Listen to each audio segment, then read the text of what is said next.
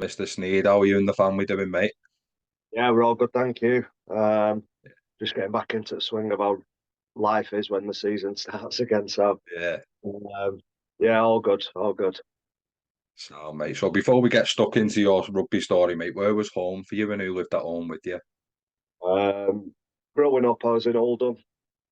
Right. Um, Oldham, mum, dad, brother, sister, all older than me. I was the youngest in the group, and obviously we're back in Oldham now. So, with my missus and two kids, so that's nice being back here with them. Yeah. So competitiveness, mate, was that always there? Yeah, I think so. I think obviously in the house. My brother's 4 year older than me, so I didn't really stand a chance if I'm honest. Most games we played, so it was one of them just kind of knuckle down or you don't really play. And obviously there were no chance I weren't going to be joining in the games and stuff. So uh, probably put me in good stead really, if I'm honest. So yeah, it was good. Always been competitive. We all have to be fair. Yeah. So we're a similar age, mate. 33 and I'm 34. You're 33, aren't you? I was 33 last month. Yeah, Right. So when we knew when to not for people and that, mate, it was bikes and balls, wasn't it? There was no Facebook and that. So it's yeah. wherever the bikes were, everyone was, wasn't it? Yeah, well, I was Yeah. never on a bike. I was terrible on bikes. Like I Right. could obviously ride a bike, but yeah, I was always running next to someone kicking a ball at a lamppost from Right. distance. That was my kicking practice. I used to walk around Yeah. the streets and aim for lampposts and all that while everyone else were on the bikes. It's mad that, innit? It's like because it was on about it with everyone else, mate. Like probably quite lucky, weren't we? With social media was in its infancy, probably, mate, as we're finishing school. Yeah, I think so. I think so. Yeah. Obviously, I always look back and loved it. Like I used to love going out every night and playing rugby, playing football, Yeah. doing whatever, knocking or run away, whatever you wanted to do. Like, At but least you could run away, mate. I was the chubster at the back. yeah, I was fine as long as you beat that last guy. You're all right, aren't you? Yeah. I wouldn't know. I Um, was the last guy, mate. I had to stand there and act like I worked with him. yeah, so I'm happy that I grew up when I grew up, 100%. So sports wise, then, mate, as like a young un, what would you have been playing? Footy, rugby, cricket, anything you could really. Yeah, like through school, like in school and that, I do absolutely everything. The only sport that I genuinely cannot stand, I've tried to, is cricket. I Right. just cannot stand the sport. I can't stand watching it. Yeah. Tried playing it when I was younger. Tried playing it at school, and it was just I just could not see the fascination in the sport. So that one got put to bed. But basically, any sport that they was putting on at school or out like that, I was always there and involved. Yeah. So let's go right back to the start, mate. And junior club wise, how was you introduced to rugby and where did you first go? Yeah, like it's probably a similar story to most, to be fair. My brother obviously started playing Yeah. um, when he was younger, so I started training when I was about 3 or 4, I think I'll have been. Um, at the time, my brother were at St Anne's in Oldham, Right. but I think by the time I was probably maybe eight or nine, my brother moved over to Waterhead in Oldham, so I obviously just followed suit, and where he went, I went obviously. So I ended up being at Waterhead for the main bulk of amateur rugby, which I absolutely loved. To be honest, it was class. So how do you think did you have them cards that were in the little books that you had to stand there and say, "Oh, Marc Sneyd, he's this age." So I wonder what your little card would look like now, mate. Right. To tell you the truth, the little card would look like what my son's little card will look like. It All like right, it, okay. the exact same as what I did at that Yeah. age. So um, yeah, whenever my mum pulls a photo out of me when I'm about 5, 6 year old, it's basically like looking at me lad. So Right. um, yeah, I can probably picture what that card looks like. Yeah, it was awkward that one. It stood in front of the opposite court, just so it just stood there waiting. Just to get waved on. Yeah.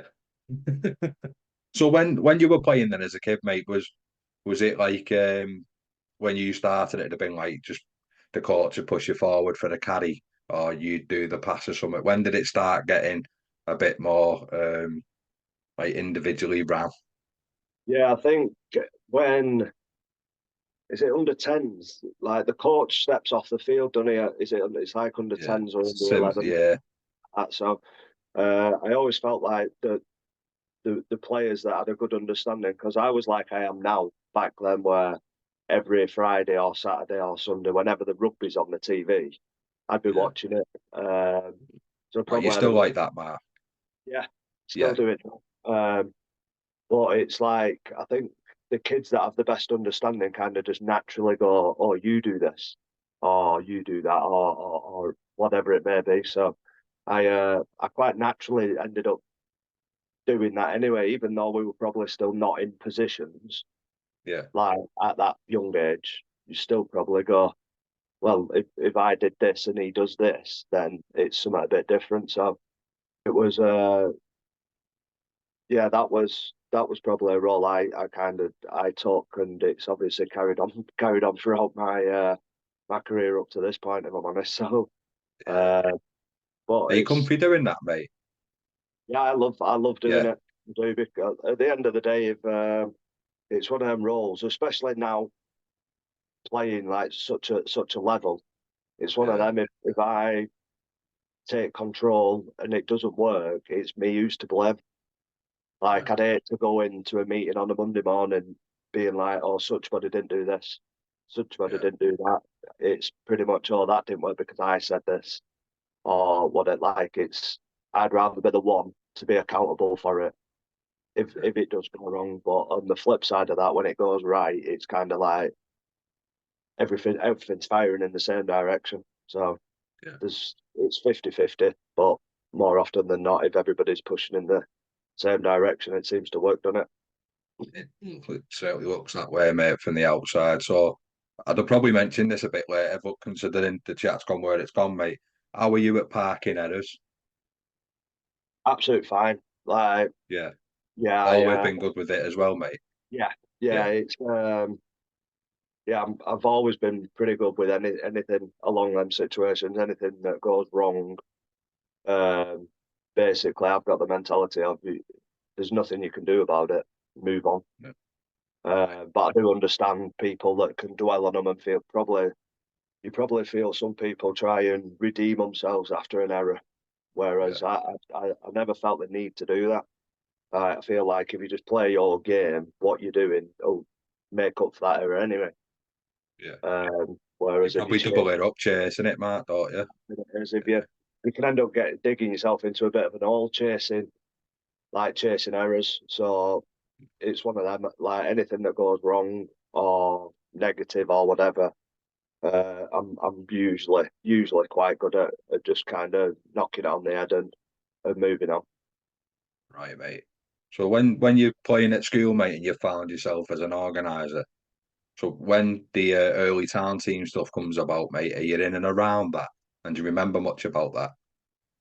Yeah, I used to absolutely love town team. Like Yeah, it was always class because in Oldham we only had three teams. We had St Anne, Saddleworth, and Waterhead, obviously where I was. yeah, Um, so the pool of players weren't the biggest, but we always seemed to have an incredible Oldham Town team. Like we could go and beat Wigan and Saints and all the big so-called big dogs, shall we say? And it just felt good, like being Oldham, going doing that. Um, So town team, like I've heard that they're trying to potentially bring it back. Do you agree Which with that then, mate? Pardon? Do you agree with bringing it back? I enjoyed it when I was doing it. Yeah, well, I've heard that they're trying to bring it back. Is it like it's called service area or something Service now? area, yeah, Which I do think they need to do because it just promotes that more, like playing for your town. It's like it used to be a really big deal getting picked for yeah, your town team. It was so. I'd like to see it come back. I always absolutely loved it. It was brilliant. yeah. And do you remember the process in Oldham, mate? Was it your school that sent you or your club? No, so it was like because there was only three teams, it was basically Yeah, the club would turn around and you probably get maybe 10, 11 kids from each team turn up to the trials, and then you'd just play a game, basically rotate the positions, and then a team would be picked from that. Position wise, where would you have been predominantly playing then? Seven. True. When I was probably up until maybe 14, 15, I'll have been playing loose forward. Right. I was obviously a ball playing loose forward, but yeah, I'd have been playing loose forward, which I never minded. But then obviously the because I was always a little bit bigger, I was quite tall as a kid. So as people caught up to me, I was always fairly skillful. So I think I was always going to end up being in a 6 or 7 anyway. So yeah, that just naturally happened as I got older. So you transition into high school, mate. How was that? And did the rugby help with that? It probably did a little bit. Obviously, I think just sport in general helps with we're going up to high school. So I didn't have any issues with it. Like I said, any sport that would be put on there, um, I would trying to be involved in pretty much anything. If there were a tennis competition on that would get me out of school for the day, I'd put my hand up and I'd go and have a game of tennis or badminton, whatever it may be. I'm more than happy to go and do it. So yeah, I never had any issue. We at our school though, we didn't really play rugby. I think over the what is it, 5 years, 4 or 5 years that you're at school at high school, I think we must have played maybe four games in total. Um, we didn't have that many lads that played rugby at the school, but when we did play a game, we always played pretty well. Like there were me and probably a couple of other lads that played regularly. That would be like walking around school at dinner time, asking like some of the bigger lads in here, being like, "Do you fancy a game?" Like school have said, if we can get a team together, we can have a game of rugby and all that, trying to put a bit of a team together. But we actually went up to we played a five or 7-a-side competition once, and one of the teachers took us up, and me and a couple of the other lads ended up just kind of organising it ourselves. But we ended up winning the competition. And the mad thing is, they all had the new kits on, and like they looked the part. And we turned up, we had our own shorts and socks on, and we actually wore the playing shirts that my dad wore when he went to school. Like that's how low down rugby was at my Yeah, school. yeah. We had like a wool shirt that we played in, and we ended up winning the competition. It was mad. Yeah. So do you think that might have helped you, mate? Because your club rugby was your sole focus rugby wise. Yeah, maybe. Yeah. Obviously, well, to be fair, I had my dad as my coach from must have been like 9 or 10 year old or something like that. So obviously, I was never allowed to miss training. Uh, Yeah. like that was impossible. So I probably had, um, yeah, like it was always important because obviously my dad was a coach and he was kind of driving that as well. So, um, but like I said, I'm just competitive anyway. Like no matter what sport I'd be doing it, as soon as that whistle goes, I'm in. Yeah. So all these sports, mate, without realising it then, but probably looking back now, I'll ask you, do you think it's helped your rugby ability? Um, Probably, yeah. Like, there's probably a lot Yeah. of little factors within most sports, like hand-eye coordination, things like that, that do probably help marginally. But like, people always talk about them 1%ers, don't they? Like, so yeah. To be fair, they probably do, yeah. Yeah. And then so rep rugby around high school, mate, would you have been playing service area every other year or every year? When I was doing it, it was every year. It was Right. every year, and then obviously when will it have been? When I was around 13, they started the regional camp Yeah. sort of sort of things, um, which I only managed to get there twice. if I'm honest, and I never got picked for the actual team either. So I didn't get too far in that sense. But yeah, just in general, the rugby were massive growing up. So when you're going into these camps, mate, what type of lad was you as a kid? Would these have been intimidating to you, or did you see it as a challenge? I was probably a similar kid to what I'm like as an adult. Like as soon as I'm at rugby, I'm vocal. I'm the loudest player on the pitch, but like I'm not the most chatty of people ever off it. Like it's just something that I've never done. Even when I was younger, I'd hang about in groups of lads, but I'd never be like the chatty one, vocal one within the group. Um, and to be honest, that's probably the same now. I very rarely say too much when I'm at training. Like obviously you have a laugh and that in and around the place. Um, but in general, yeah, I'm not the most talkative person in the world. I'm happy like just sat having a listening and kind of just throw a bit of have a bit of a laugh here and there, and that's me. But as soon as the whistle goes, that's me. I'm loudest. I probably use all my talking up while playing rugby, if I'm honest. So there's no wrong with that though, mate. Probably get a bit more respect for just speaking when needed, don't you? Yeah, probably a little bit. A little bit, yeah. It's like in meetings, I still find it difficult to talk in meetings, even though I do it fairly regularly when we're doing video sessions and stuff like Yeah. that. Um, if I feel like something's got to be said, I will say it, but I'm very uncomfortable at talking in front of people unless I'm on a rugby pitch and I'm in that zone. That may be why we're probably not seeing it on the screen that much when it was on. Is it just not something you want to be doing? Because I No, imagine you could, no offense to John Wells, but you could probably show him a yeah, fair bit that he doesn't see. You know what I mean? yeah, potentially. It's one of them. Like I'd never say I'll never do it, Yeah.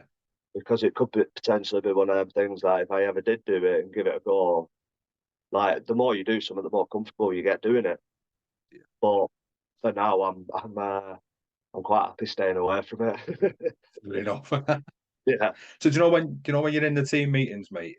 Probably should leave this till later, really, but it, are you looked at to get up and point people in the direction that you want it? So if someone's not running a line, or if they are, but it's not got the intent you want it, are you more than happy to pick someone out on it? I'm not asking for names now, but would people look at you to go, I want my back row at it in this line with intent? yeah, I think Yeah, so. But I think that's straight across the board. If I'm honest, I don't think it's just me. I think yeah, if in that scenario that you just said there, that's something that I would probably bring up. So I've got no issue doing it, and I've got no issue someone doing that to me either. Like if they think I'm not doing something right, I'm more than happy for someone to pull me up on that. I think within a team, especially at the level that we're playing at, you've got to be able to kind of get it all out without having to beat around the bush. I don't think you can be. I don't want to say soft like with people, but like you don't want to have to choose your words wisely and like yeah, think about what you're saying because you don't want to hurt someone's feelings. Like because at the end of the day, the only reason you're saying it is as a whole, you want everyone to get better as a team. So it's um it's one of them. I think the group that we've got at Salford is like we're fantastic for it. To be fair, we yeah.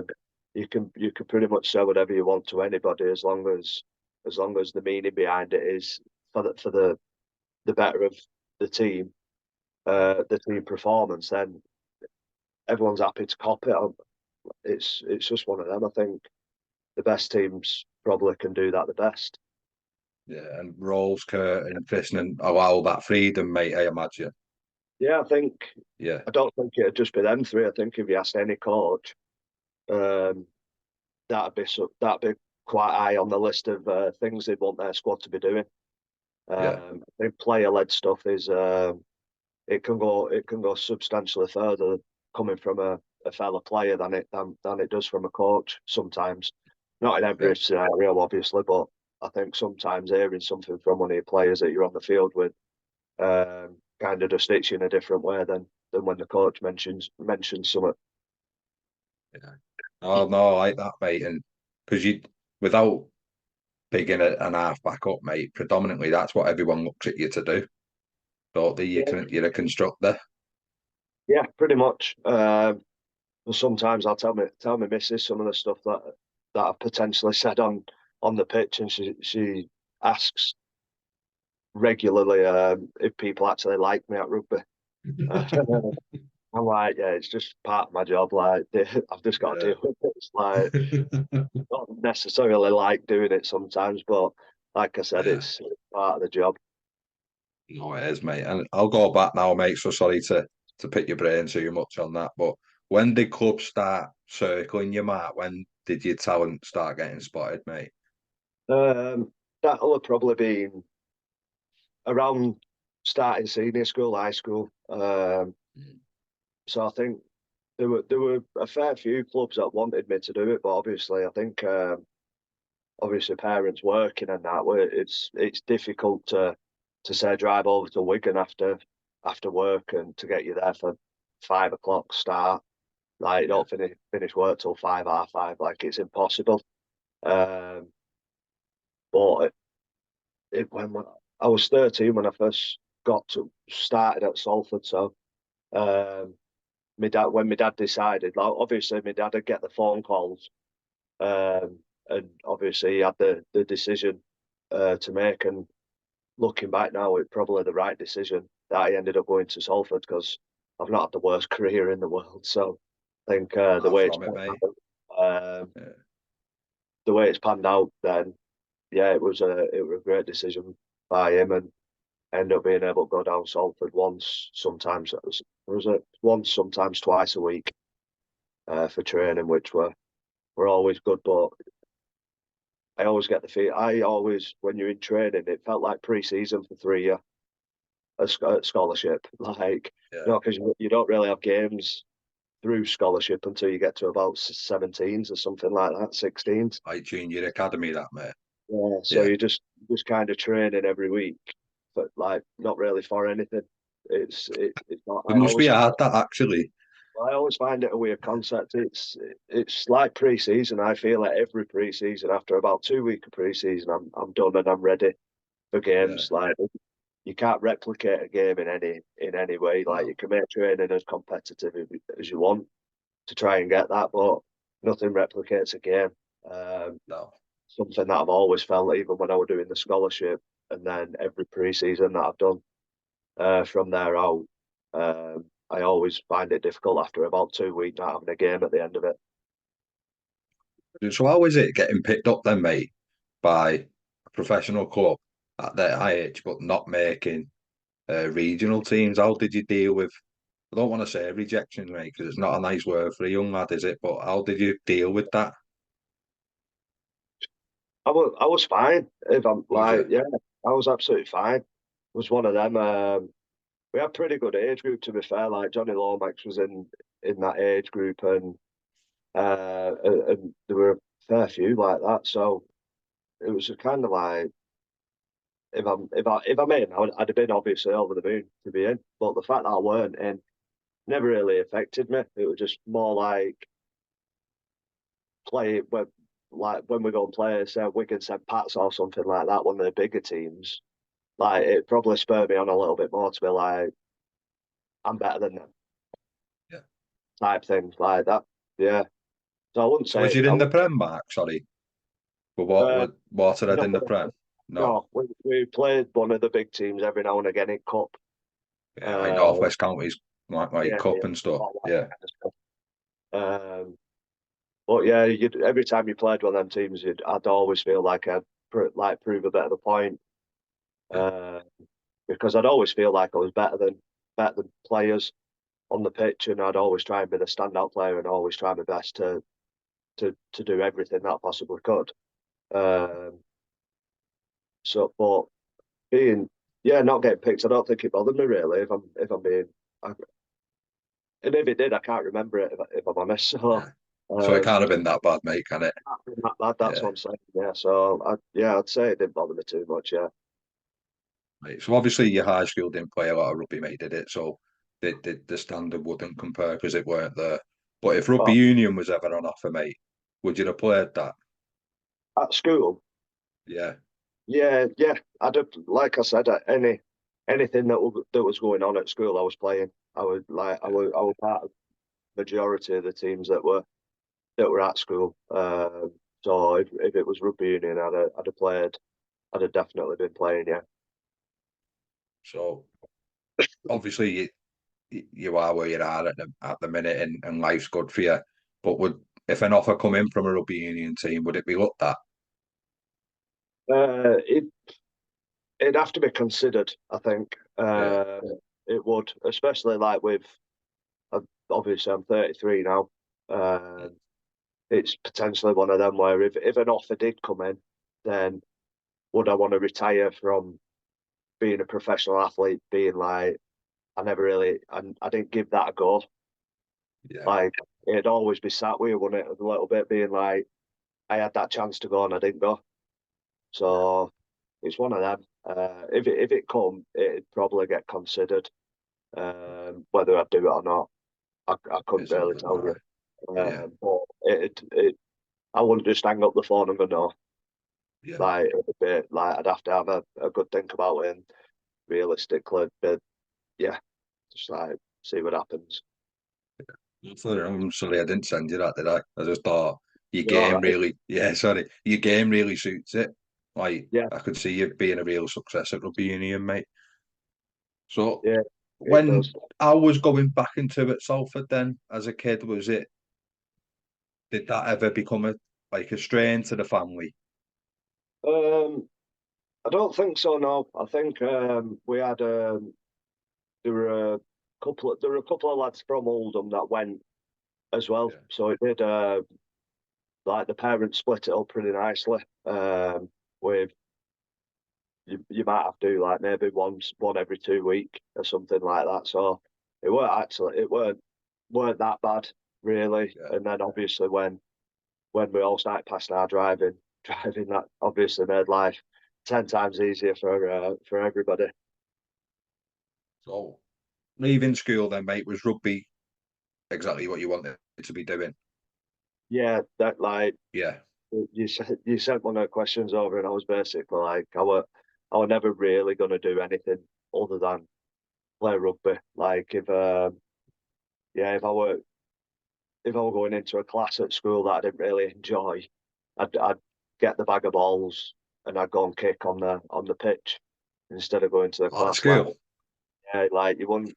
It, obviously, it doesn't sound great, and it's like I wouldn't advise people to do it, but I used to kick so much when I was a kid. It's ridiculous, but at the end of the day, like the amount of times you tell people if you want to be good at some practice, then Yeah, I would advise that does work, even if you are skipping a class to go and do clearly it. works. So, I have a bit of banter with Acco, mate, most pre-seasons and that about footwear. So you're a pred man, mate, a man like Yeah. myself. You enjoy a pred. Your boot room must be unbelievable because you go through them, don't you? When did kicking become so personal to you? And how did you come across like your technique and stuff, mate? Um, it was early, really early. I will have still been playing amateur when it happened. Obviously, you get to a certain age where you only have one kicker in the team, and Yeah, literally from that point, I was never not going to be the kicker in the team, however long. So I literally just put a lot into making sure that was an actual that was a fact rather than just me wishing that I was the kicker. Um, and for the kicking technique that I use now is something that I actually come up with when I went to Castleford on loan because I weren't actually kicking brilliantly when I was going to Cass. And then once I got to Cass, it was kind of a situation where a rare situation for a team where there was four really good goal kickers that was there in that year, and there were me, Kirk Dixon, Liam Finn was there and Jamie Ellis was there. So I ended up practicing and just swinging my foot a bit like a footballer and putting me back to it and whipping it, and it ended up working. And anyway, we ended up doing a kicking competition. And I think I got 10 out of 10, and I think the other lads got 9 out of 10, which is still incredible.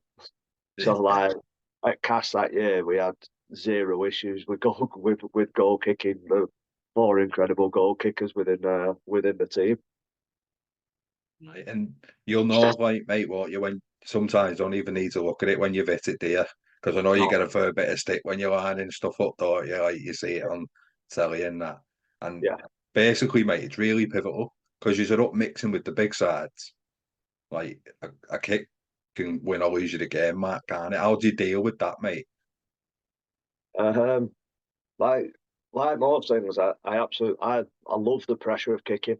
Um, it's something that I've always enjoyed. Like quite a lot of people, like you ask anybody where they don't like kicking from, and they'll say that far stand at KR or that south stand at Leeds, or whatever. But I genuinely love having that kick off that sideline to hear them all giving me grief for it to leave my boot. And like you said, as soon as it's left your boot, you know it's over.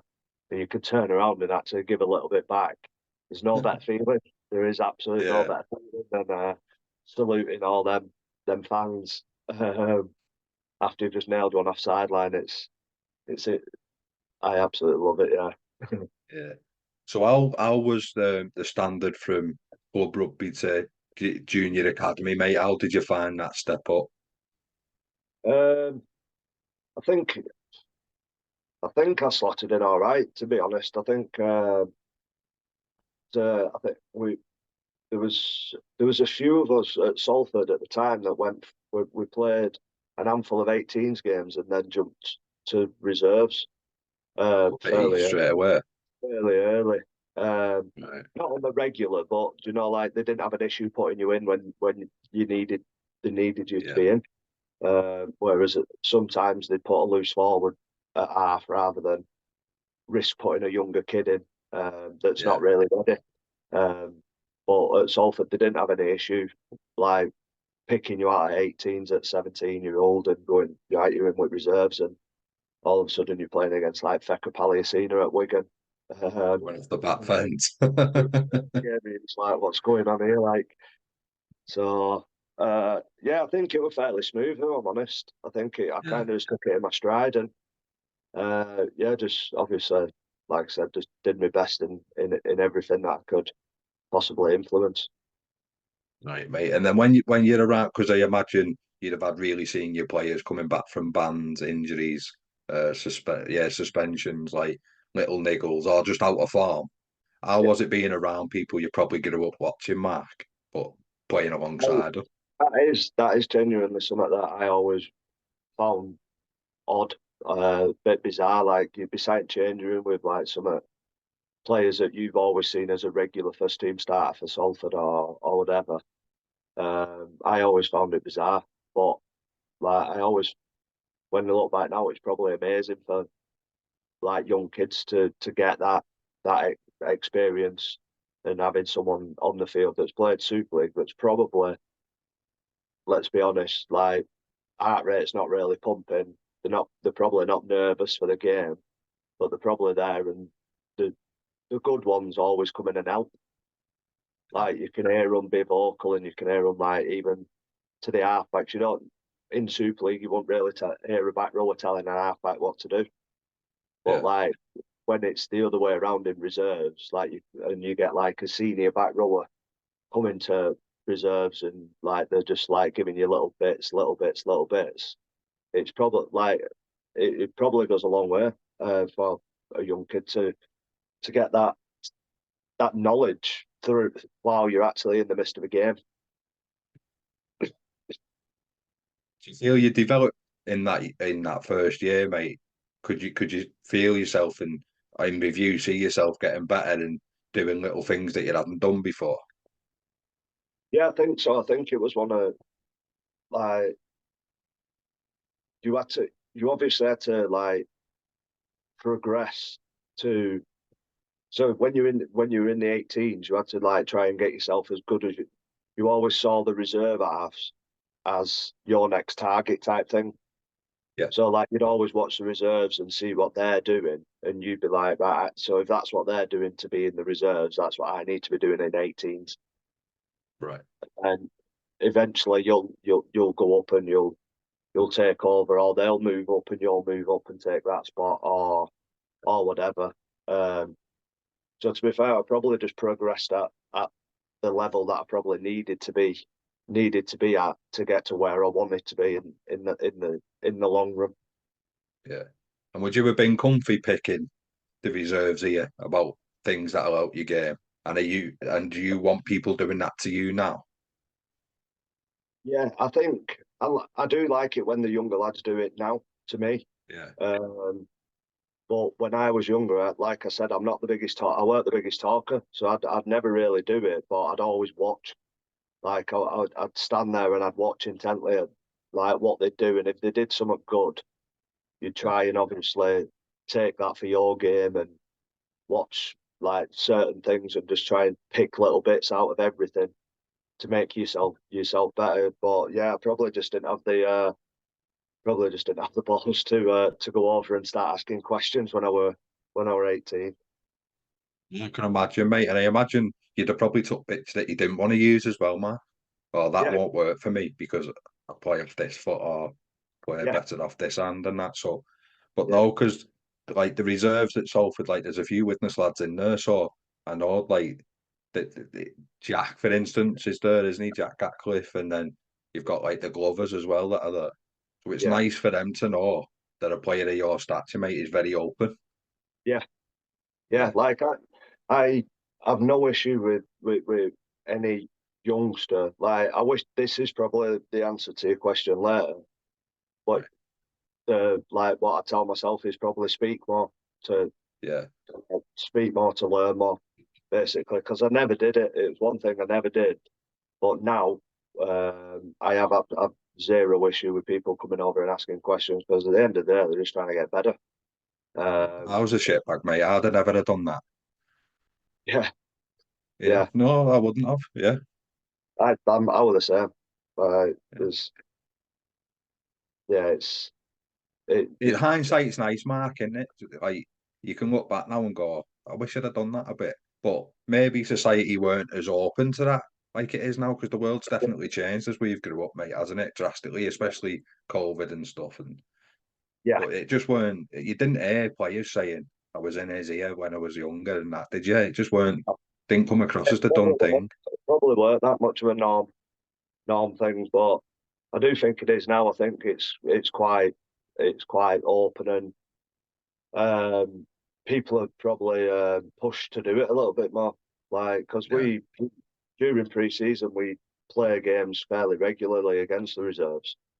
So right. like after them sessions, they'd probably be said like go and ask like why you did such a thing or little bits, even if it's just a tiny little bit. If you get a tiny bit every week, then it obviously builds. So yeah, I'm I'm all for the younger lads and what have you coming in and asking as many questions as they want. If I'm honest, I like that, mate. And like I said, it's nice to see someone who's been at the level you're at being really open about helping like young lads, isn't it? So yeah, how did you find out you were going to make your debut first team wise, mate? Do you remember much about that? honestly don't. Right. I honestly can't remember the week leading up to that game. Um, the only thing I remember from that game is we were playing Warrington, and it were at the time Warrington had like Matt King playing for them. Um, so it was probably a little bit daunting, and it was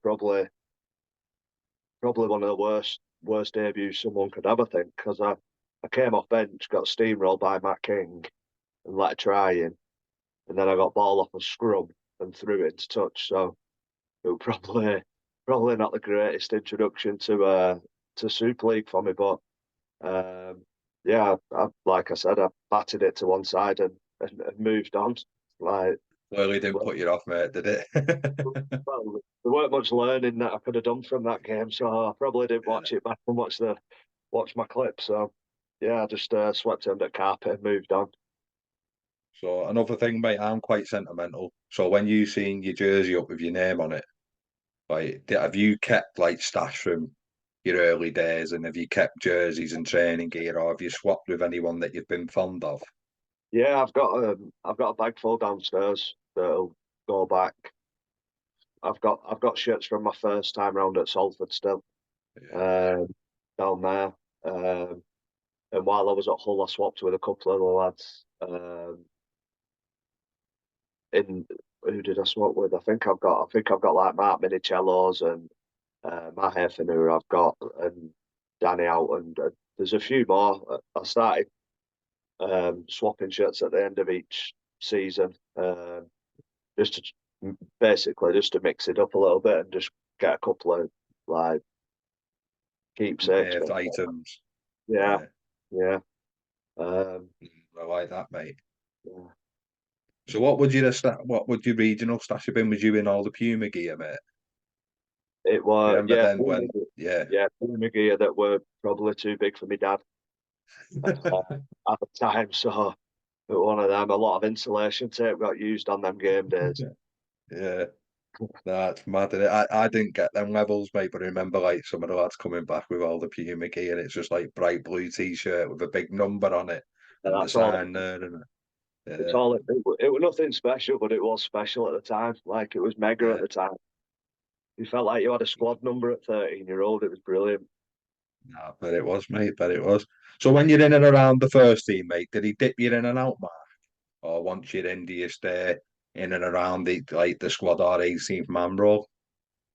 Yeah, it was one. I think, like I said, I can't fully remember, but I think it's different with halves.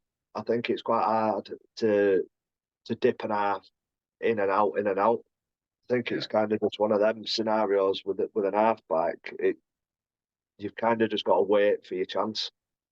So like if someone gets injured or something like that, you get thrown in and you just kind of got to go like I'll give it what I got type thing, and you just got to try and hold your spot down, knowing full well that someone's coming back in 4 week and that's their shirt basically. But you yeah. know you've got 4 week, so you've just got to get as much as you can out of that 4 week.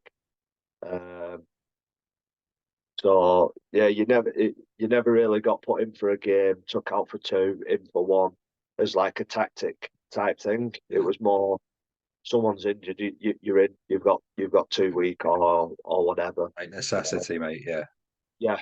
So it would yeah. kind of like just get as much as you can out of the small amount of games that you are going to play for the first couple of years. That's the way I And saw would it. Yeah, sorry, mate. Would you have been someone that had have gone and asked why you're not playing? Like you've said, how you were shy in them younger days, mate. Never. No, I wouldn't do it now. If I'm Right. honest, um, the coach makes the decisions at the end of the Yeah. day, and I'd never. Yeah, if he made a decision, I'd expect, especially like now, I'd expect the coach to be like, I'm not playing this week because of. Yeah. But like obviously back then, you'd just see the squad go up, and you'd be like, yeah, I'm not in again, and I'd just like hold off, play your reserve game, play well, and just do it that way. Like I've never been one that goes in and speaks to the coaches that often. Um, I obviously speak like I'll talk tactics throughout the week and general chat and this and that, but I'm not one of them players that go in and go and sit in coach's office and have a coffee and all that. It's just something that I've never really done. Um, and yeah, so it's just one of them. If I got dropped, I'd half expect to be told why I'd been dropped, and if I hadn't, I wouldn't go and look for the I won't go and look for the answer. It's one of them. The coaches make the call. It's completely up to them. Would you have appreciated someone being direct with you the early days as much as you would now? Probably, I think so. Yeah, but on the flip side, I understand, like when you're younger, like, and you're not expecting to play every week. I don't Yeah, think I don't think there's an explanation that needs to be given. I feel like if you're playing week in, week out, and then all of a sudden you're not playing, you should have a there should be an explanation as to why you're not playing, I yeah. think. I agree, mate. Yeah, especially like you said, that you're young learning your craft. You're studying the game mad off the field as it is, aren't you? Because you're watching every game that's possibly on telly. Yeah. So was the NRL of interest as you when you were growing up, mate? Because I know there weren't a Uh, lot of it when we were growing up. Was there probably a game a week or something? yeah. I tell you the truth, and it's the same now. Like I religiously watch the Super League games every week. But NRL, I don't go out my way to watch the games. Like tomorrow, obviously we've got a game. We play Wigan tomorrow night. So when I'm up tomorrow, I think there's a game on at nine tomorrow morning.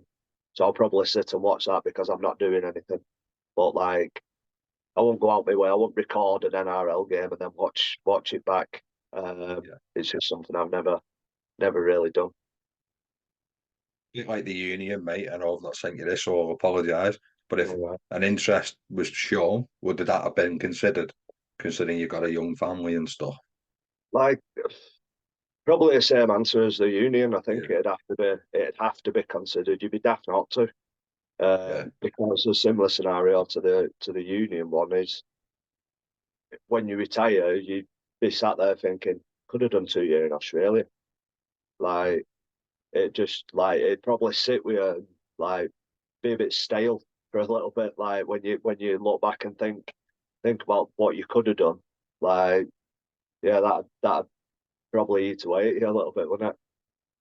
I wouldn't have a problem with it, mate, because I've not been at your level. But I imagine, yeah, like if there's an itch to scratch there when it's been brought up to you, maybe Yeah, not considered if that offer's never been there, yeah, yeah. Like if there's no offer there, then if it's that makes sense. yeah. If there's Yeah, if there's no offer there, then it's one of like you're not like I'm not going out chasing it. I'm not phoning like all coaches in NRL to go and get a gig. Like so, right of this moment now, when I retire, I'm not going to be like, I wish I'd have gone over there. But if I got a phone call from over there being like, we want you to come here, and then said no, in 10 years' time, I'd probably be like, why the bleeding hell didn't I go? yeah, I can see that, mate. Because it wasn't like I said, it wasn't. I don't want to diss players who are our age and a bit older than us. But you know when they say like it's been a lifelong dream, Yeah, for some of them it may have been. You know what I mean? If they've been out there yeah, with family or something and seen it, but yeah. I think some of them are a bit like it's media cliche in it because it just weren't in our faces growing up, Mark. Was it like? No, I don't. Probably, I'll be honest. I don't think I even knew about the NRL clubs until like really like till I was around 17, 16, 17, Yeah, 18. Like, 'cause you'd only ever watch the Origin. yeah, and like Brisbane was the glamour club, wasn't it? Really? Like, like when I was like 13, 14, I weren't tuning in on a Friday morning to watch leading Penrith Cronulla. Like, it just weren't a thing. But State of Origin, like, Yeah. like religiously used to watch State of Origin. That was the only Aussie rugby that I ever used to watch, really. And the Ashes series was big when we were growing up, mate. Wasn't it with like Yeah, the GB Gillette jersey and stuff like that, wasn't it? that was incredible. That they need to bring that back. It was so good. And like, they sort of run the show, the Aussies, don't they? Like they sort of like the World Cup the other year because they didn't come. They should have just Yeah, played that and said like, you don't dictate what everyone else does, in my yeah. opinion. You half understand it though, because like it's the NRL, like it's so big over there. Do you know, Yeah, like it's. I always try and if you try and explain it to somebody that don't really see it, it's like probably the best way of looking at it is it's the Premier League in this yeah, country. and more, mate. Yeah, It's so big and so well funded and just everything yeah, about it just like enormous. Like so, oh, it like is. you kind of understand them having that feeling of like we get the final say on what goes on. But they could probably do it in a better way, couldn't they? Yeah, like I went the 2015 grand final over there, mate, and you get like free transport, absolute like something going on every day of the week before it. Like players that are playing or not playing at all, they're like doing the autographs and stuff, and like getting involved in little events. There's interviews all over the gaff. Every channel on the telly is That, NRL. yeah. Yeah, it Like for was just Super such a League, big event. I think in January, in the build up to Super League, I might have seen one advert in the whole of January for Super League returning, and it's just like, yeah, marvelous. 1 3 month pre-season for one up. Yeah. Right. So when you were at Salford, mate, you were happy there, I imagine, mate. That's the club that you were sort of brought up playing for, weren't you? Like Yeah, probably adopted as Salford lad, really. yeah, So when yeah. the time to leave come on loan, um, how did that feel to you? Like that's a tricky. You probably at a tricky age as well, Mark, aren't you? Yeah, it was a weird one. It was very weird. It were because we was because me and my missus had actually been out the night before it Right. all happened. So we were in the cafe in Shaw, and I got a phone call while I was in cafe uh, off Brian Noble, who was obviously in charge at the time at Salford, uh, being like, "Where are you?" And I was like, "Ah, just having something to eat, like near my house." And he was like, Yeah. "I'll be there in 10 minutes." So he literally pulled up outside this cafe and basically told me, like, "You're going to Castleford on loan for the year. Like, you're not in in the immediate plans for the club." Um, and basically that was that. Obviously, I wouldn't say upset. I was probably a bit annoyed, like that. Like I was leaving Salford. I was obviously, like you said, I was happy. I was happy at Salford, and they were obviously, well, it was supposed to be so called. It was supposed to be like going to another level with the takeover of Marwan and all that. Like, so I was like, oh, I'm going to be a part of this big thing. Um, but then obviously got shipped out on loan. Obviously, once like it sunk in a little bit, and I went and met Pauli. Um, had something to eat with him, and just kind of he talked through like basically what I'm expecting of you for the year. And all that, and he kind of sold it to me. If I'm honest, he did, which then flipped it on its head and made me be like, right, I am a part of, like, I'm a key part of this squad. Like I got the seven shirt the first time I'd ever had a seven shirt. Um, so it ended up being like a real big deal for me going, and I was like, right, just have a crack, just have a good crack at it. Like, and to be fair, it was probably the best thing that could have ever happened. Um, so yeah, it were like that year was a very good year. I enjoyed it. Without being rude, mate, that was probably when you really announced yourself, Mark, wasn't it?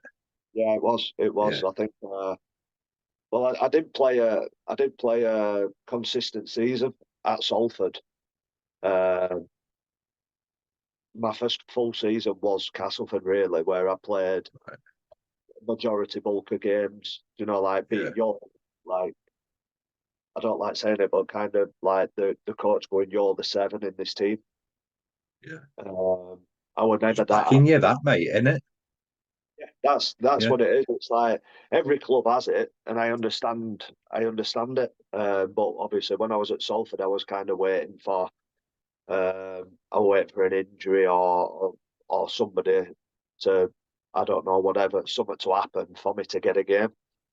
Um, so yeah, however annoyed I was at being told I were off to cast for the year, once once I'd spoke to Pauli and um I was there, I was happy, and I was ready to go and give it everything. You did, mate. I can't imagine when you agreed to go on loan. You picture playing in a Challenge Cup final, did you? No, that was mental. that was some run to that Challenge Cup final as well, if I'm honest. So um, Is that the year it you played us in the semi at Lee? played. Who did we play in the semi? I could be wrong, but I think was you in? Did you play a witness in the semis at Lee? I've been, yeah, because we beat It Wigan was, weren't it? the game before at Wigan, Yeah, and it was like the biggest thing ever, beating Wigan at Wigan anyway. But in a yeah, cup quarter final, that was insane. Um, Obviously, it could have ended a bit better. yeah, The final, I got fish hooked after like 20 minutes for one missed tackle. So yeah, that stung, that stung yeah. like mad. Um, yeah, that was horrible.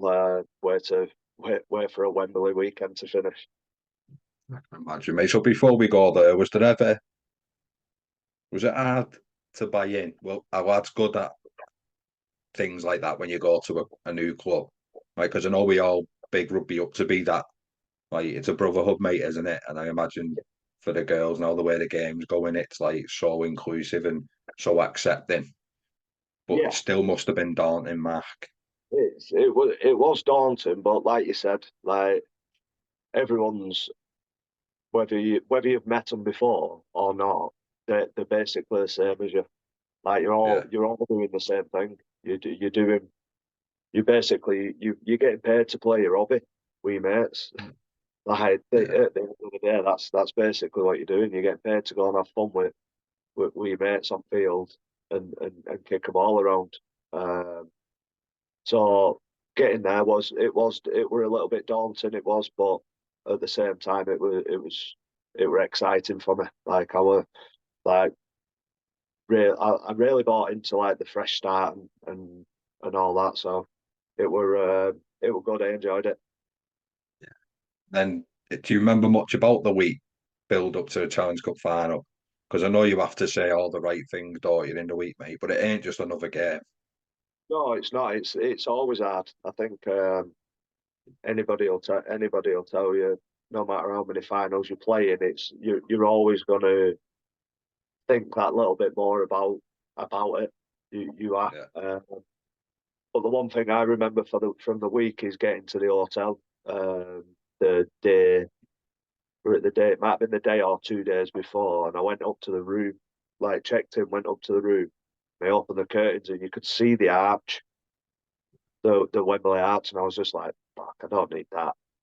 It's like that's in my face for 2 days now. Before this, like, yeah. there's no chance I weren't thinking about anything else other than the game for the 2 days I was there. So uh, that was uh, that was an unfortunate room position for me, if I'm honest. But um, yeah, I enjoyed it, but probably not as much because of the outcome. Yeah. And I'm guessing, mate, you're still a fussy fan. Yeah, yeah, Yeah, yeah, yeah. yeah. Uh, So who is it, mate? United, unfortunately. Yeah. No, I That, am, mate. We're in a transition and I've been for a long time. That's another conversation, that marking it.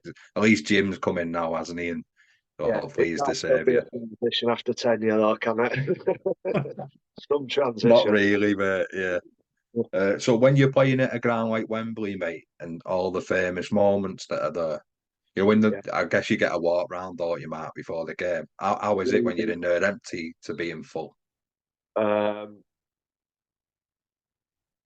Being in there empty, it's strange because you hear everything, and obviously, like I kicked some goals in there in an empty stadium, and like you kick it, and it's like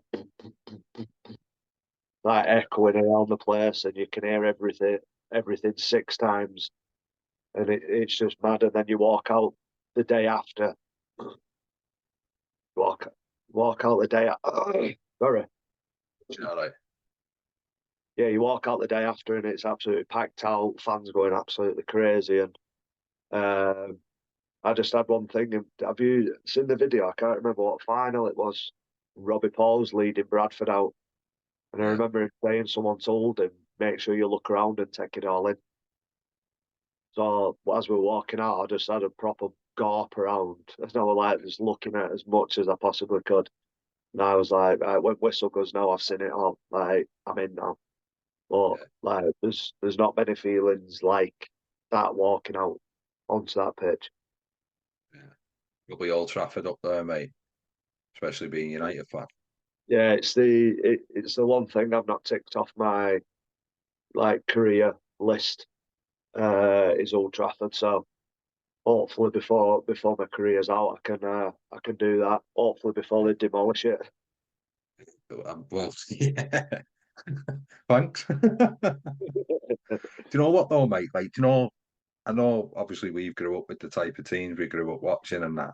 But do you know when I still go in Old Trafford, mate, I still think this is unbelievable. This. I know it's Yeah, like falling apart and that. yeah. I do every single time I go in. There's Yeah. goosebumps and Stone Roses come on just before they walk out the tunnel. And it just like gets you every single time. It's yeah. There's not like it. Oh, that's good, mate. Right, so I apologise for bringing that up. I'd have imagined you'd have played there because you've been in and around them massive games, No, which will, no, no. yeah, I think I've lost about three. I've lost about three or four semi-finals. right. So yeah, I've never actually played there. I'm sorry, Uh, mate. no, you're all right. You Yeah. sound. So do you know when the season's going as well as it is at Cass? Yeah. Is there a point in that year where you think I'm not going back? Um, Was there talks about staying maybe, Mark? well, it probably came maybe what will it have been? Maybe just over the halfway mark where um, like Salford started like checking in a little bit more. Right. Like I didn't hear, like tell you the truth, I didn't hear anything from Salford Yeah. like up until I was playing well, basically. Um, and then Did obviously that I bother started. you? Sorry to interrupt. No, not No. massively, not massively. I was enjoying myself. Yeah. I was loving it. I was loving it at Cass. So it only really dawned on me when they started getting in touch. It kind of like was like, oh, but like you want to talk now, like Yeah. type thing. But even then, at the end of that season, I was never the like the Marwan Kukash uh, situation was pretty much in full flow. Uh, I think they had like Michael Dobson were there and Rangi Chase were there and I think Tim Smith might have been there. So I was basically told that I still weren't going to be a starter if I went back anyway. So obviously I didn't want to go from playing week in week out at Cass to then just go sitting on bench Holding a potentially. bag. Yeah, Yeah. like I felt like I'd crossed um, that point. And then I spoke with Marwan and all that. I know I'm probably moving a bit further on than you wanted to after from the No, well, question. I've brought it up, mate. Yeah, no, I've brought it up. Yeah. But yeah, yeah, I spoke to Marwan and he wanted me to sign a contract extension, even though I weren't going to be a starting player. And to tell you the truth, I didn't even look at the contract. Like I'd fully made the decision. Like I was like, I I don't want to be here. So then that's when all the rigmarole came around of um, right, we'll just put a big fee on your head that no one's going to pay, and Does you're it going to get sit that on. better, Mark? Does it? Well, that's how it got with me. Yeah. Whether anybody else had the same experience, I don't know, but it was like we'll put this price on your head that nobody will pay, and then you obviously sat on the bench for I think I had a year left on my contract. Was it 1 or 2 years left on my contract? So You needed to kick on though, obviously, didn't you? You've been like you said, that's you're a what I did. regular now, you're Yeah, established, yeah. I didn't want to go from starting week in week out, getting a little bit of momentum going in my career, not just one season in my career, Yeah. for it not to just stop for another year or 2 years. Yeah. Um, so which is when I was then. So Bleasy used to be my agent, who's obviously in charge at Salford now. It was him and Gary Lloyd. And Gary, I was sat speaking to him, and Gary just went, "Sack it, you're just going to have to put a transfer request in." So I ended Proper up. Sky Sports News stuff, this part now, isn't it? Oh Gary's a football agent, like, Right. so he's well known with Sky Sports and everybody. Yeah. So basically, I've gone in and handed a transfer request in, and he's like my agent. He's phoned Sky Sports to tell him. Right. So like I've got home, put Sky Sports News, and it's on the bottom of the screen, like that I've handed This is this my in. one's hand as well, Matt. You should have Oh, like Sky Plus that. oh, it was mental. Yeah. It was honestly because, like I said, like I'm a quiet lad and like, but like, I suppose that's why you have agents and stuff at that Of point. course it is. Yeah. Um, but the price that they put on us was like that transfer request might have meant nothing, to be fair. But Yeah. luckily enough, all all were more than happy to sign me up. So what does sorry to keep to go, what does a transfer request dictate, mate? What do you have to did you formally write it out, mate, and sign it and So it's, I think, please it. I think please it. Someone typed it up anyway. Someone's typed it up, yeah, and then I've signed the bottom. It's basically an official. This is my official request to leave the club and all that. And I went in and I handed it over to, might have been Martin Vickers at the time. I think might have been Martin Vickers. I just handed it over to him, and like, not most talkative, so I kind of just handed it over and went bye, and like walked yeah, off. cheers. I just kind of like did a little 3/4 jog to my car and drove off as quick as I could. Um, yeah, it was a mad couple of months, that, if I'm honest. Yeah, it was weird. And do you know when like you were in that situation, mate? So you've initially said I won't be signing that new deal, but thanks. Uh, is it nice and civilized? It, to a certain extent, yeah. Um, Yeah, but I think at the time, like, I don't want to like keep saying really negative things about Marwan because obviously he did do some good for the club. yeah. Um, but I think it was one of them where whatever Marwan said at the time was kind of like it got done, didn't it? It was like Gospel. Yeah, yeah. he'll get anything done he wanted to get done at the end of the day. So yeah, I don't think it was very impressed, if I'm honest. But like I said, like I just didn't want to waste a year, 2 years sat on a bench for for, for nothing. Like I wanted to just kick on and carry on playing. Yeah, and I know it's probably harder for you, easier for you to answer because you went through that. But do you know, if a young Mark Sneyd come to me and I own my club, and he said, "Listen, I don't want to sign an improved deal because I don't need you to tell me it was because it probably was, Mark, an improved deal, right?" So he's gone. I'll give you an improved deal, however long it is, mate. You're going to be cannon fodder for the bit and all the bag. If I Yeah, just went, yeah, I'll do that, I'd be like, don't really want him in my environment. yeah. It's not a good mentality, is it really?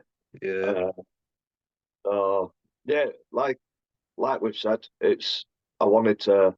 I had a really good year at Cass, and that was me. I was like, I can't be dipping in and out, and like now I've kind of got to be playing. So yeah, we're a little bit mental for a couple of months, and then finally got sorted. brave as well, mate. So Hull come in and do what Hull do to get you there. What was that conversation like, mate? Did it take much persuading?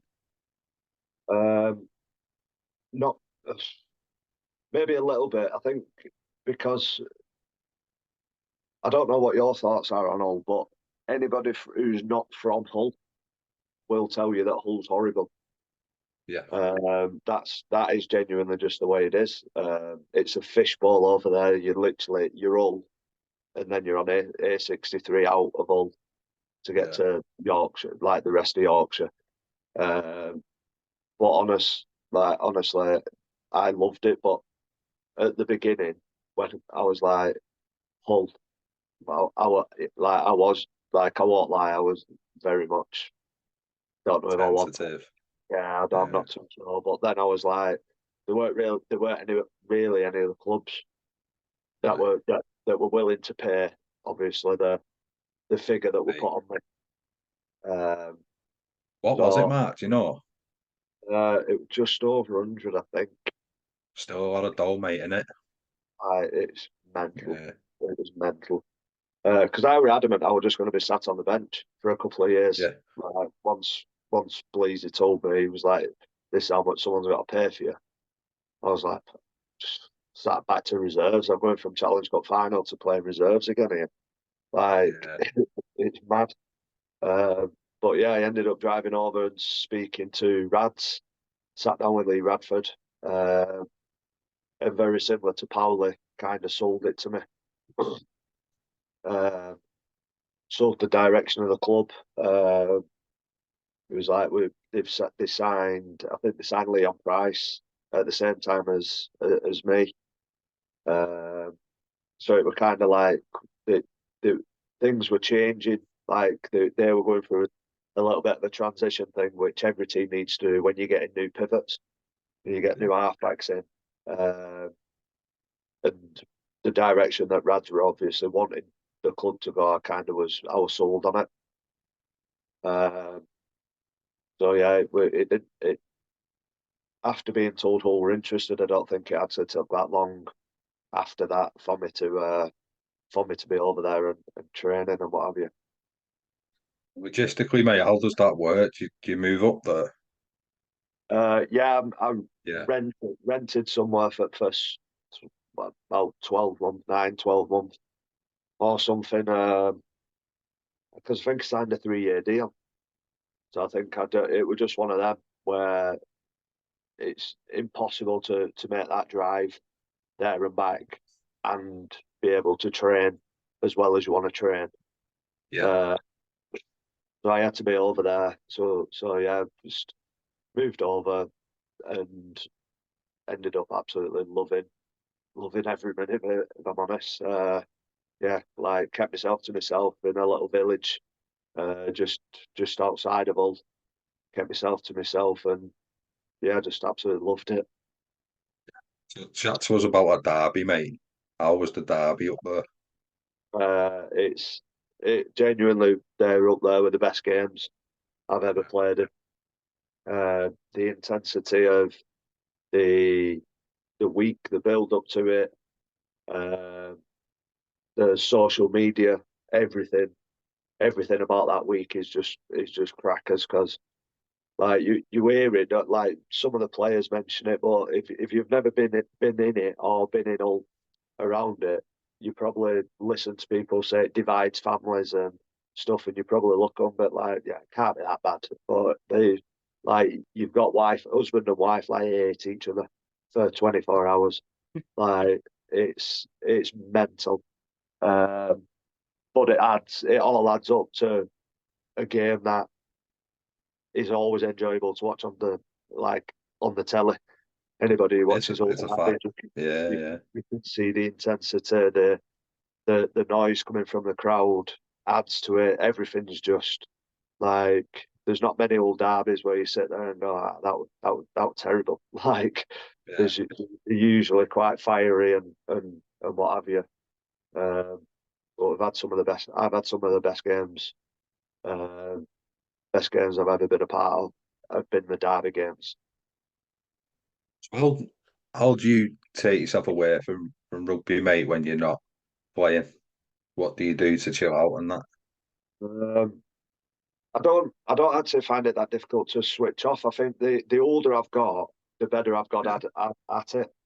Because now we've got the kids that are 2 and 3 now, so it's kind of like my lad's got his first game of rugby at weekend. He's been playing football for the last however long, so like the weekends are just kind of like unless I've got a game, like rugby doesn't cross my mind. It's kind of like yeah, it's like all in with the kids and, and that. So and it's the same during the week. Get home from training, cook tea, and off you go football training or what, like whatever it is. So it's when you've got kids and that, it's actually helpful and gets your head away from rugby. Um, yeah, it's nice.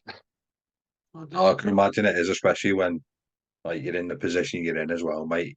You like the Yeah, spotlight is on your spine 9.5 times out of 10, isn't it? Yeah, everything you do is scrutinised, mate, and yeah. probably Yeah, over hopefully. scrutinised, to be honest. That's one of the things in all that well, I wouldn't say it's a negative because I quite enjoy reading like all the. I'm one of them people that if someone sends me a bad tweet, I like it and like I find it funny. Um, but like my missus It and pisses that, them off a bit more. yeah, it does. You can just Yeah. imagine someone being sat at home getting a notification saying Marc Sneyd liked your tweet, and you can just imagine them snapping, and it just makes me laugh imagining that. But like when we was in all, like I got all sorts for about 12 months, 12, 18 months maybe. Um, and like my miss absolutely hated that. But like you said, I'm more than happy to just keep proving people wrong. Uh, so yeah, like that all was pretty bad for that, if I'm honest. Um, not from my point of view, that's my wife would probably tell you how bad that was. Um, but hey, Well, your mentality's like really strong, mate, in it, and always has been from what we've spoke about. Like, not many lads could cope with that, Mark, could they? no, I think it's quite a known thing over in Hull for art bikes, I think. Yeah. Um, 'Cause I actually said it to Luke Gale. Luke Gale had an interview or something, and they said asked about advice or something like that. And my advice was delete social media for the first 12 months you're there. Like, but then when I spoke to it, when I spoke to him after one at games, he was like, "You weren't wrong." And I was like, "I know, I Yeah. know." Just The money probably didn't help you with that though, mate, did it? Because the fee was well known. oh, But you had that's, to sort of that's, force that's Salford's hand probably with it. it, didn't you? It's Yeah. one of them. Like, I'm people are entitled to whatever opinion they want in my eyes. Like, I couldn't care less. Like, whether I agree or disagree, I don't have to listen to it. Like, it's one of them. Like, say what you want. It's going over my head, and I'm not bothered. So yeah, my mentality has probably helped me, and probably one of the main reasons I stayed at Hull for as long as I ended up staying at Hull. If I'm honest. Right, that's so international ambitions, mate. When you start playing more regular, what's your thoughts around that? Um, Truthfully, it's obviously the pinnacle in it. Like everybody, you want to be playing for your country. But one thing I've never done and I never would do is kind of like chase it. Like if I'm not getting picked, I wouldn't phone Sean Wayne up and ask why am I not being picked. Yeah, Like if I'm not being picked, I'm not being picked. But it kind of makes it all the sweeter when you do get picked because you know for a fact that you've been picked on what you're producing on the pitch. You're getting picked because your rugby's good enough for you to be getting picked, rather than you've planted it. Like I phoned him up and planted a seed in his head that, yeah, oh, don't forget about Sneedy, like type thing. yeah. Like it's just that's something that I'd never do. And So you're telling but me you wouldn't cry on the X Factor to get to judges' houses, mate? absolutely not. I'd rather go home. I'd rather get sent home. Yeah. So. Yeah, it's but yeah, it's something that I've always wanted to do, Right. but without having to chase it. Like, Yeah. yeah, it's obviously it's up there. Like being able to have done it, like it's the pinnacle, and I've got my cap up outside, and it's probably the best thing I've been given. It's mate, because you've been not blowing smoke up your arse either, but you've been really consistent to a high level for a long time. It's just it's a position that we're quite strong in, isn't it? Yeah, but yeah, there's the pool of halves. I think the next pool that are coming through at the moment's incredible as well. Like with like the likes of like Mikey Lewis and what have you. Yeah. Like I think like he's probably more than likely going to dominate an halfback position for England potentially like the next 10 years if he wanted it. Like so, but yeah, I think it's kind of one of them spots where it's always been pretty strong. They are bet spots, I think, for England. So yeah, I've never sulked or judged like the squads that have been picked or said I'd have done a better job. I'd have done this or blah blah blah. It's one of them. I've always thought, oh, I've not been picked. Never mind. Like, and then the year after, not been picked. Never mind. Not been picked. Never mind. Um, but yeah, that's just the way that I've always thought about it. But yeah, it still always stung. But um, yeah, it's what it is, isn't it? And just out of interest, mate, have you ever had the phone call to say why you've not? Like we discussed a little bit before. No, No. no, Okay, fair enough. no. Yeah, just yeah. Yeah, like, so you're at home then, mate, and the next time you're in a Challenge Cup final, mate, it's a better memory for you, isn't it? And Yeah. man of the match, so for viewers and listeners that might not know, it's the Lance Todd Trophy, mate. So how is that whole occasion on the second time? How are you able to do things, or do you do anything different? And what does it mean to win the Lance Todd to you? Um, to tell you the truth, obviously you don't go into the game looking for that man of the match, do you?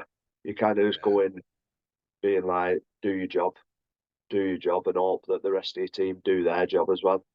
And thankfully, like that first one was big. It got built up massively for us.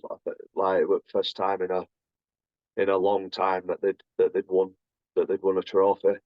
Um, so it got built up, and there were oh no, it was a win at Wembley, is what it was. There was like a big monkey on the back of Hull haven't won at Wembley or something like that. Um, so like it was quite high pressured, and um, but the way that we got to that final the first year round, I think we beat the top three teams in the comp that year to get there. So it was kind of like, well, if we beat them, like we can beat Warrington. So it was obviously still nerve wracking because I think we left it pretty late as well. That we were trailing for a while. It took quite a lot of patience throughout that game not to panic and start throwing the ball all over the place, as some teams probably would. Uh, but for whatever reason, my kicking were probably on that day. Uh, it was at a good level that day, so obviously managed the 40-20 and the the assist for Maher in the corner. I think was it Maher? Yeah, assist for Maher in that corner, and then obviously assisted for Shawley for the final try, which ended up seeing it out for us. Which and then obviously got the Lance trophy, um, which obviously as a kid growing up, the Challenge Cup's massive for any young English UK lad who loves rugby league. So to win the Lance Todd, you see all the names on on the actual trophy that have won it, and you just kind of like can't be on here with Ellery Allen. Like, what's going on here? Like, it just doesn't seem right. But yeah, it was a good feeling. It was good to get the win, and obviously, it's always nice to get a man of the match in it. So them high pressure games, mate, like you don't necessarily have to be under the sticks to be feeling you probably might be chasing a game a little bit without overplaying. How do you keep first your own head, and how do you keep guiding a team that feels that pressure? I think the training during the week probably helps. Um, I think the first thing everyone on the pitch has to trust the game plan that you set out before the game because you've obviously got a game plan to beat whoever you're playing. So if everybody trusts that, eventually something will give for that to pay off. Um, so I think during that week it was kind of like the kicks for Mahe were obviously a big one. I think they had Chrissy Sando on their left, Warrington's left, and we had Mahe on our right. So we had a clear and obvious kick target there, which we did and we did and we did and we did. And it took maybe 60 minutes for it to actually pay off. But we stuck at it, and eventually it paid off. And then once we'd scored that one, you've got the momentum. The fans were absolute like bonkers, going crazy and trying to drag you over try line again. And then Do you feel that, Mark? Yeah, when I wouldn't say you feel it all the time, but I yeah, think in the higher the pressure, I feel the more you feel. right. So, like, I think if you were in a friendly and the fans were loud in a friendly, I don't think you get it. But I think if you was playing in a game that were 12-10 with 5 minutes to go, you'd hear everything and you'd feel everything. Yeah. It's one of them you can try and ride it because you kind of feel your voice has got to get louder and louder and louder as the game gets on. Um, but if you just stick to the plan, eventually something will break. Whether it breaks in 10 minutes or whether it breaks in 79th minute, it will work at some point. You've just got to hope that you're in and around. You're still in the game basically by the time it breaks. Like, mate, trust is key though, like you've said a few times there, and then isn't it the process will Yeah, come good if you stick to it. yeah. Yeah. So when you go back to back, mate, how difficult is that to do? But not only as a collective, you've done it individually with the Lance Todd, didn't you? And you're only like the second person to do it. Like, how is that? Um, it, it it's going to sound bizarre, but it probably easy. It felt easier the second time round Right. because of the not one at Wembley pressure that got put on us as a team from fans and the club and all that. So that second time round, it felt a little bit more relaxed. Like you could like I'd say that second time round, I enjoyed that second one more than I did the first one Yeah. because I probably took more in. Like I probably enjoyed the occasion more than I did that first time. Um, but it's the same situation. Like we're going into a cup final, sticking to what we've worked on all week is a must. Whether it takes 10 minutes or whether it takes 79, like we have to stick to what we know will break this team. Um, but this time round, it actually worked earlier in the game, so we ended up in front and we ended up being the ones being chased down, which felt like bigger pressure, holding on to the lead rather than being the one that can kick on and chase the team down. You're kind of like protecting your try line with everything that you've got. Um, and in them last minutes, we probably fell away from what got us in that good position just through sheer panic. Like it was like panic tackle, panic, like everything.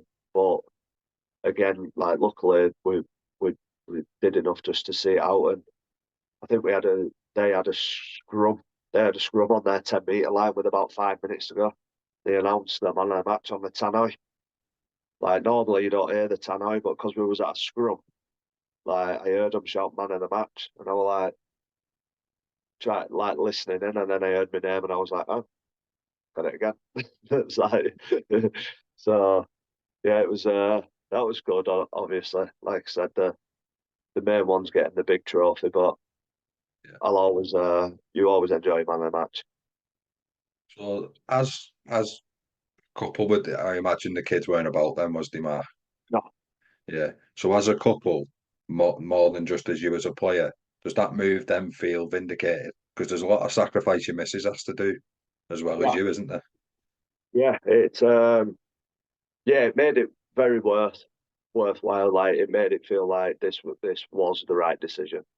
Yeah. Um, But we lost, like I said, like while I was at Hull, we lost a fair few semi-finals, just missed out on Old Trafford. So for the most part, while I was there, we was in and around the playoffs, and we were really pushing. Like we were genuinely pushing the big teams. Um, just unfortunately, probably fell away from that the last maybe 18 months I was there, or something. Um, and yeah, it just became a bit. I wouldn't say stale because I was still really enjoying it. I genuinely was still really enjoying it. Like we'd built mates over there, like away from rugby.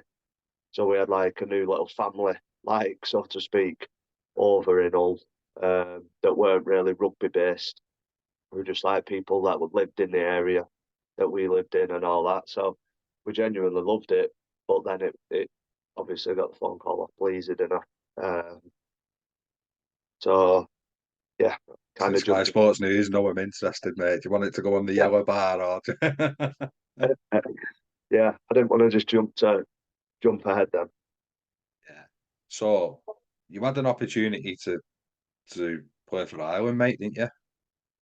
Well, I, no, basically we Oh, right, okay. no, no, you are right in Yeah. in bringing it up because obviously it got to a point where I was a bit like I can't remember when the World Cup was. The World Cup in Australia it was. Was Remember it when 2013 now? that 13? Yeah. So 2013, and can't remember who it was. Someone just mentioned to me like you're not Irish, and I was like, I know for a fact my grandma and granddad are.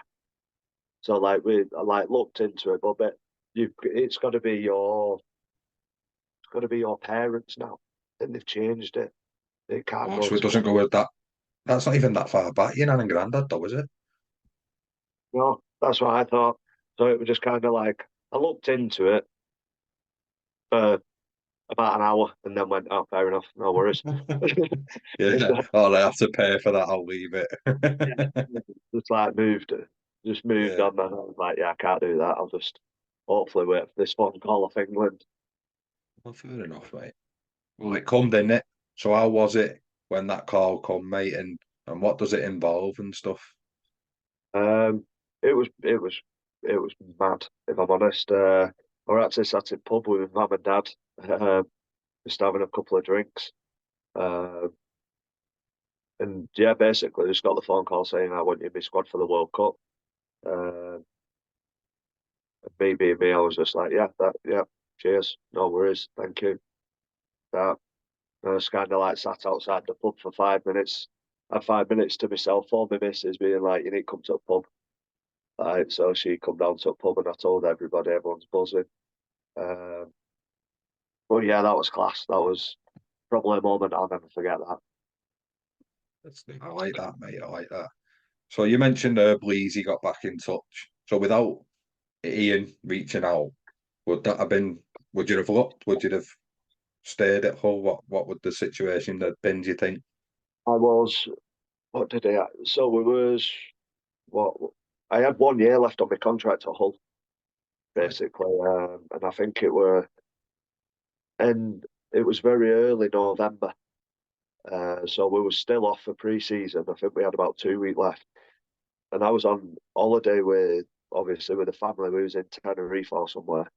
And he just belled us, which he did do anyway. Like we always kept in touch, uh, kept in touch anyway. And he was just like, "Would you be interested?" And I was like, "Yeah, potentially." Like, but let me have my holiday, and I'll get back to you when I get back. So we literally got back. I uh, phoned him see what was going on, and they were willing to give us 3 year a 3 year deal at Salford. And at the time I were 30. Um, like in my head, I was like, not many 30-year-olds are getting 3 year deals. So I went in and spoke to all. Like I said, I was still happy at all. Loved, absolutely loved it. Went in and spoke to Clark. It was, and I was like, "Are you giving any extension? Like, contract extension's out. I said, I've only got a year left. And I've had this offer basically off Salford, 3-year deal. I said, and if you can't give us an extension, I've only got a year left on my contract. I said, can't really turn that down. It's 3 years security and the added bonus that I will be able to move back to Oldham. Yeah. And all that. And basically, we just it was incredible with me. If I'm honest at all, they basically turned around and was like, "We're not 100% sure." Like, the obviously transitional period and all that. Like, they were unsure what were going on, and I was like, I fully get it. I said, but do you mind if I take that? And like, they were like, you can't say no to a 3-year deal. Like, we get it. Shook hands, like, left on really good terms. And yeah, that was that. I were in training 2 days later. So that quick.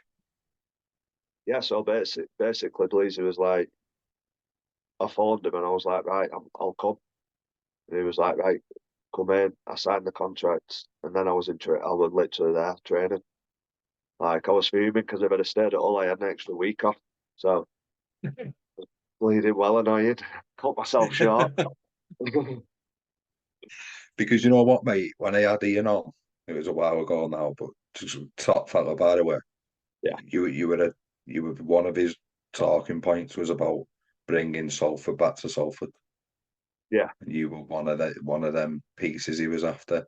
So did it take much persuading? Because obviously you've seen the early stages of the apparent new Salford, didn't you? So it could yeah, have been easy for you to say, I've seen this before, Ian. yeah. Well, to be fair, I think since Bleeze had been in charge, it seemed more like the old Salford, Yeah. not this. Like, we like even at the moment, like, there's no money there at the club. It's basically a group of lads loving playing rugby for Salford and for each other. Like, that's basically what we're doing there. It's incredible. Like, we compared to the rest of Super League, like, I assume we'll probably be quite low down on majority of things, facilities and that kind of stuff. But the group that's put together year in year out, like, and it seems to be a brand new team every year at Salford. Um, the team that gets put together every year seems to be fairly competitive. Like, we missed out playoffs just last year. The year before, well, that was a season I don't think anybody saw coming. And then we've started like this season again with a lot of new players. So it's one of them, like Rolls, Aggie, Chrissy. Like, they do a great job of getting everyone together and just making sure when we're on that field, like, we're all in it together. Did you forget to mention them couple of man matches you've had? Is that just one of them forgotten things like that? Yeah, always. A Because joking aside, if you play well, Salford play well, Matt, it's a lot of pressure as well, that, isn't it? couple of people have said that, but like, I'd come back at people with, if the other players aren't playing well, then I'm not either. Like, I've I think overall was a big indicator of that, because Hull was always known for having a big pack, like having a big middle. And when our middles were on, it's the same when we're at Salford now. When our middles are on, as an halfback, your life's so easy. Like, you could play Dickie Bone shirt, and like, because no one can get near you. You can take all the time in the world, like, to do whatever you want to do. But the moment that middle stops doing that, you're getting whiplashed and you're getting flung on the floor, and your game's nowhere near as good. So I do appreciate you saying that, but on the flip side, I wouldn't be able to do what I do if they didn't do what they did. Just a couple of questions I didn't send you, Mark, just to put you on the spot, mate. So it's all about recruitment and retention, really. So they tend to sign really well, don't you? And then Yeah, sometimes it's hard to keep hold of them lads, unfortunately, for the situation Salford are in at times. And it's well documented, so it's not even anything yeah, we can hide. It's out there, isn't it? So how is it when you lose a gem? But how good is it when you get one? So like Ollie was probably a surprise signing the other season, wasn't he? yeah, yeah. Like it's there's a lot of trust. There's a lot of trust in there at Salford because Yeah, like we've so for instance this season obviously we lost Brody and Ackers. Um, we brought Custy in and Namia's just jumped from dipping in and out as a player to getting that nine shirt and playing. And he's stepped up. He's started the season absolutely house on fire. I mean, he really has. Um, he's been incredible. And then obviously Custy's kind of come in. Um, Still obviously learning the structures and the get to knows of me and get to knows of Kez at fullback and obviously Amir starting regularly.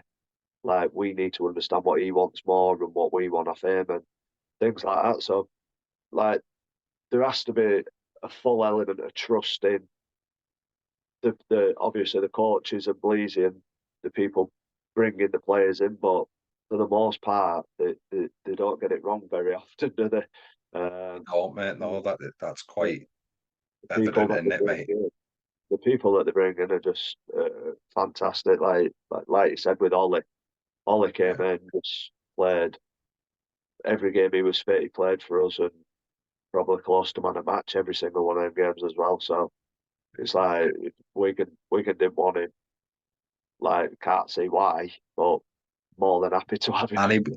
And he was playing, wasn't he? So that's Yeah, like that's one of them, let's say, statements that Salford can mix it in. I don't know if yeah, you lads see it like that, but yeah. as like You do, a rugby you do. league fan, it shows that. Yeah, you've took you've took one of Wigan's 17 off Yeah. them. It feels like it's a significant signing.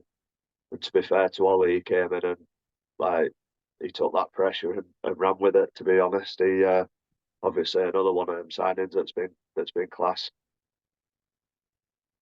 So when you're in and around that, then mate, are you pretty key to maintaining culture Um, because you've been at Salford for the previous regime? yeah, You probably, like I said, potentially, an but it's adopted kind of just Salfordian. yeah. We what I'd say about Salford is like it's unlike any other team that I've been a part of.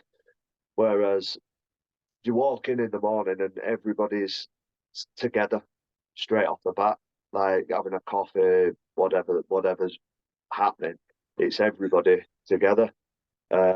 Whereas like at Hull, we was a really close knit group of lads, but there was probably like 8 tables, dotted about, and it's only that it's genuinely only a little thing, but for me personally, I think that goes a long way.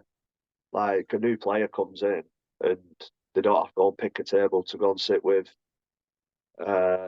whoever, someone that they already know. Like you're kind of just there and you're in, and everybody's talking, and it's just kind of like this is us type thing. You're in, and most of the lads come in and settle in pretty quickly. If I'm honest. Salford sort of mirror your mentality, don't they? Yeah, As in, yeah. I want to prove a point, bit underdoggy, and if I'm wrong, tell me I'm wrong, Mark. Feel free to, but that's how you see things, isn't it? Everybody likes. One of the best feelings that you'll ever get is someone saying that you're not good enough to do something and then go on doing it. Like it's Yeah. genuinely one of the smallest pleasures that you can get in life. It really is. Like it, and that I feel like we are a bit like that. Like you read where what people said we were going to dish up this season before we'd even kicked a ball, and then I know it's only early in the season, but like even just looking at what we did last week against Saints, I say that, yeah. there's not a cat and mouse chance any so-called expert of the game would have predicted. So it's yeah, it's enjoyable playing for Salford because you do get that. You can kind of have that little bit of smugness and get away with it when Be, you pick up your wins. yeah, be liking them tweets, mate, and saluting them Yeah, fans. yeah, it's class. Right, I appreciate I've took up a lot of your time, boss. So I'll go to the daft questions if that's all right, Mark. Yeah. So, any pre-match superstitions, mate? Just the only thing I do is I set my boots up in a certain way, like stacked, and my spot in me. I'm not like an OCD person, but on a game day, my boots have got to be on the floor with the socks folded in half on top, with my calf skins on top. So it's like in order of what goes on first.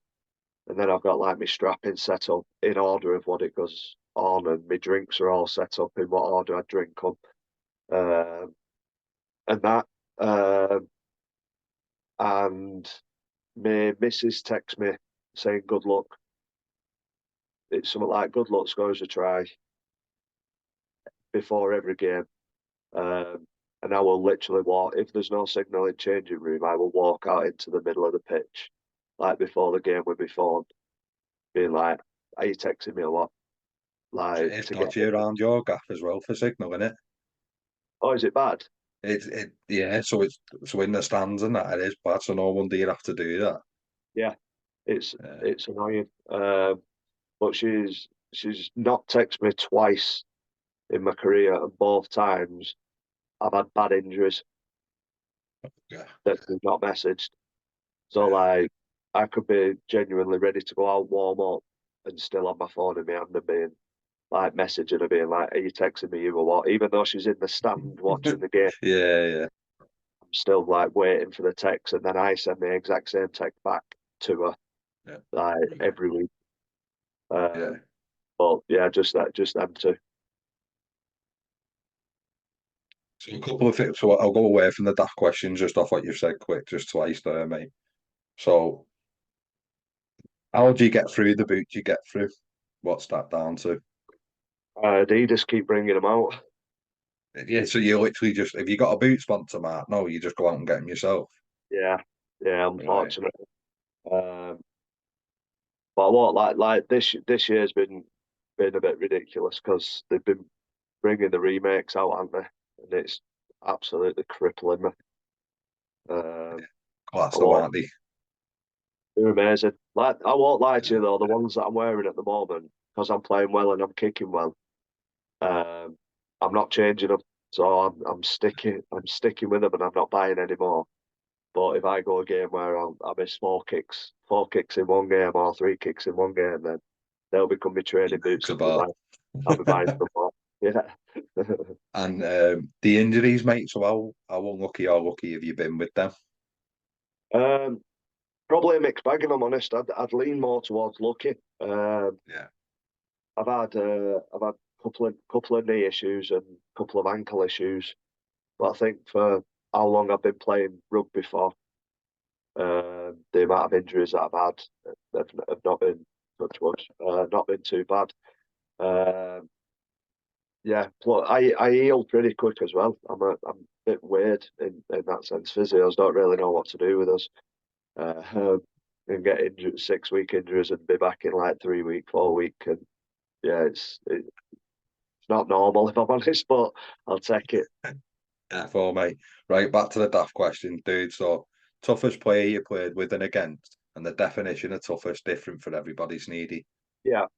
So basically, when I first played against like Willie Isa, always uh, throughout the majority of my career since he's been at Wigan, especially. Yeah, he's whiplashed me and done me ribs in and things a fair few times. He is a tough player to play against. He's just 100 mile an hour, absolutely ruthless in what he does, and yeah, yeah, he does a job on me. To be fair to him, yeah, and John Bateman was always pretty difficult to play against. Obvious reason, just tough, gritty person. gritty player in it. And then obviously like played with like you got Gaz Ellis, got people like Gaz Ellis, Sika Manu, just yeah, just in general, just tough players, aren't they? How big your packs have been? Until you say names, don't you? Yeah, Your packs have it's been quite, yeah, yeah. huge. Right, mate. So, your favourite away ground? Um, I'd have to. I've been thinking about this today, and I can't really think. If the Like the changing newer room, ones? no, like No. tell you the truth, if you could put the changing rooms from Edinley at Castleford, I'd say Castleford. Right. I just enjoy that atmosphere and So the you'd have loved old the Willows, wouldn't you? yeah yeah. Yeah. When I played at the Willows, like that was that was amazing. It's Like a any good pitch ground, as well, the Willows. yeah, it was really Yeah. good. So any old ground I like. I do like the old grounds. The only issue with the old grounds is you usually sat next to two props, like squashed together. Changing rooms are absolutely tiny. Uh, but yeah, Shooting a like peg. yeah, Yeah. for the actual atmosphere and playing experience, any old ground I'd say. Yeah. Like grass, Right, yeah. mate. And I know you touched on it before, but if you could tell a younger Marc Sneyd something, what would it be? Yeah, just probably grow a voice. Well, not grow a voice, grow a pair of bollocks and uh yeah, grow a pair and ask more questions probably. Yeah. Right, mate. And say you've had a few and you're not worried about anyone ringing you the next day for any moves or chats about the microphones in your hand, what you're going to give us on the karaoke. This is another one that I would never ever do it. Not even trolleyed, Mark. No. Never. Never. Right. I have to be like pissed, No. mate, if I touch a Yeah. microphone. Like, I couldn't do it right now. Well, I'm not what like my ideal drink session would be like going to the pub at dinner time and drinking till 8 o'clock, watching football all day, and then going home at 8 o'clock. I think that Like happens with age. With us, that mate on it. They're drinking's well better than it when you get a bit I've older. I've always enjoyed it. I've always Oh, have you? enjoyed it. Yeah, it's. I Yeah. think I'm just an old man at that. I'll be honest. Yeah, just Right. sitting, get myself in a booth in a pub all day. I'll take In a every day good of the week. spot. Yeah, Right, mate. And if you're willing to, because I understand you're still playing, a 1 to 13 that you've played with so far.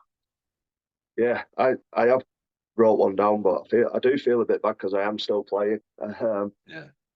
But so there's a couple like so I put Shawley in there, Yeah. fullback. Um, but I potentially feel like if I'd played with Kez for longer, it'd be Kez. Yeah. But obviously, like I put Shawley because the two Challenge Cups with him and stuff like that. There's like, yeah. Wingers are Tuli Talanoa and Mahe. Those were just an absolute beast of a winger. Yeah. Two brutes, them, aren't they? Well, when Mahe come over, he gave me a kicking target while I was at Hull. So like, because he came over and he like surprisingly was incredible in the air. Like he could jump. So the amount of tries we scored that season where I could just stand there and pitch and wedge it over to him, and we scored. I lost count of how many tries he'd have scored just from doing Yeah. that. Uh, What do you want from your winger, sorry, Mark? Do you want them to hold the whip? Do you like them to come in and look for a bit of work? What do you um, want from them? it depends where you are on the pitch. I think Yeah. um, I like you graft. You can't beat grafters. You just can't like people like they'll come in and take a carry off their own try line, knowing full well that they're going to get whacked. Like proper tough winger, like is yeah. If I had a preference, I'd take that and yeah, just like meter eaters. Can't beat a meter eater, can you? No, mate, no, not at all. Centres, I've put Timmy, Yeah. obvious reasons, Silky has, and Kurt Yeaman, because I very rarely had to make any tackles when he was my centre, because he'd just fly out of the line and bang everybody. And then Albert Kelly at 6, absolute freak of nature when he wanted to be him. Obviously, I'd be the 7, wouldn't Oh, she would, mate. I? And I've How gone hard is it to play alongside? Sorry to interrupt you, Mark. How hard is it to be, because you're an organizer? yeah, Do you like quite a maverick off the cuff player if you're going to organise? I think someone that Albert was a bit like that, wasn't he? yeah, someone that like I wouldn't say like magic, probably more of a runner, Yeah. like more of a runner in comparison to what I am. Like I'd always find if I had a 6 that dipped himself in and out of a game. A lot of people don't like players that dip in and out of games, but I feel like if I'm taking the reins, organising as a 6, you could potentially get away with doing that because you've just got to wait for the right time to do that. And to be fair, Albie were probably the best at doing that. Like he'd just pop up after 10 minutes of nothing and like deliver some absolute brilliance. Like it's You'd have played incredible. probably 13, couldn't he, as well, if you'd have had Yeah, like an out and out runner and you could yeah, organise. He probably would have done a job at 9 and 13, Albert. probably could have done. Probably could have done.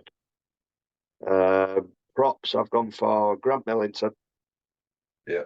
and Becker.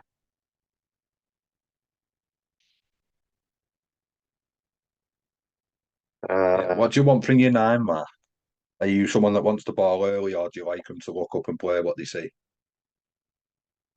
this is going to sound mad, but the only thing I feel like, so I put Danny Houghton at 9. Yeah. Like throughout the time I was with him at Hull, his passing was incredible. Like you could stand as wide as you wanted, as flat as you wanted, as deep as you wanted, and he'd find you. And just like not having to worry about the ball getting to you like it's only a little thing, but it gives you an extra couple of seconds to actually dictate what you want outside you. You could fade off the pass if he's that good as well, can't you? So if Yeah, someone's got to jump at you from who's a defender, we'd call it, wouldn't we?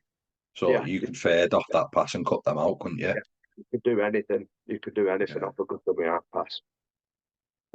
Back rows, I've got Mark Minicello and Al, obviously. It has, yeah. And then Gaz Ellis at loose forward.